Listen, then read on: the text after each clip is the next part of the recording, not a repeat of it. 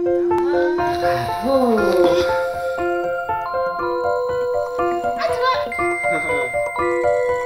T'es porté maintenant. Voilà, c'est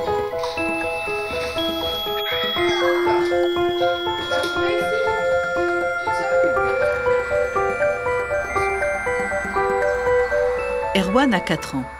Il partage son temps entre l'école maternelle et le centre d'action médico-sociale car il est porteur d'une maladie génétique qui retentit sur son développement.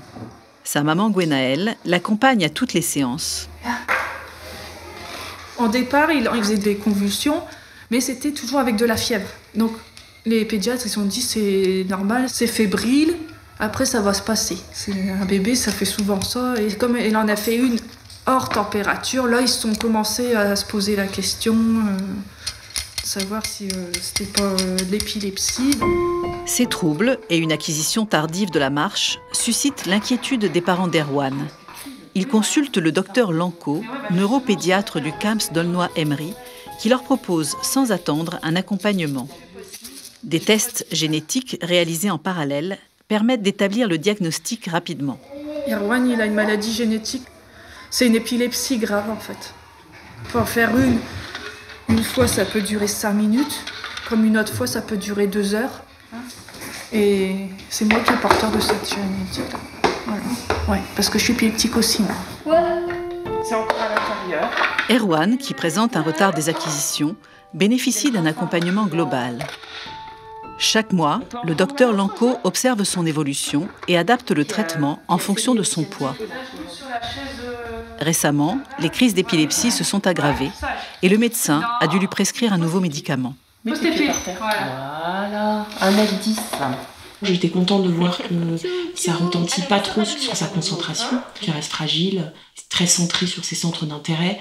C'est-à-dire que quand ça l'intéresse, on arrive à avoir... il peut rester sur l'activité. Par contre, dès que ça l'intéresse pas, on ne maintient pas sa concentration. Et ça, c'est habituel. Les jaunes, on les met ensemble. Et les rouges ensemble. Dans cette séance filmée 3 mois plus tôt, Nicole, l'éducatrice du CAMS, demande à Erwan de classer les pièces selon leur couleur. Mais il ne suit pas la consigne. Il préfère les empiler pour tester leur équilibre. Moi, je secoue. Attention.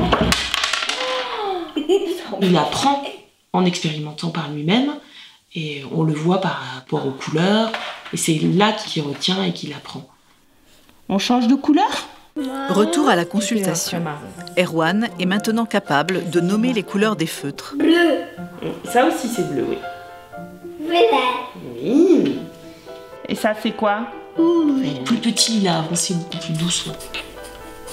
Je n'avais quasiment pas de progrès d'une consultation à l'autre, ou très peu. Là, j'étais surprise aujourd'hui. Mais quand les enfants nous surprennent, c'est toujours très plaisant. 3 fois par semaine, pendant 2 heures, Erwan se rend à l'école. Madame Morand, l'enseignante, lui prépare un emploi du temps sur mesure. Il va faire toutes ces activités-là. C'est l'emploi du temps d'Erwan. C'est ce qu'il va faire ce matin. Il prend grandement plaisir à venir à l'école. Pas de séparation douloureuse, pas de crise, donc tout se passe bien. Et après, bon, on essaye de le faire jouer avec ses camarades, bon, ce qui n'est pas toujours évident.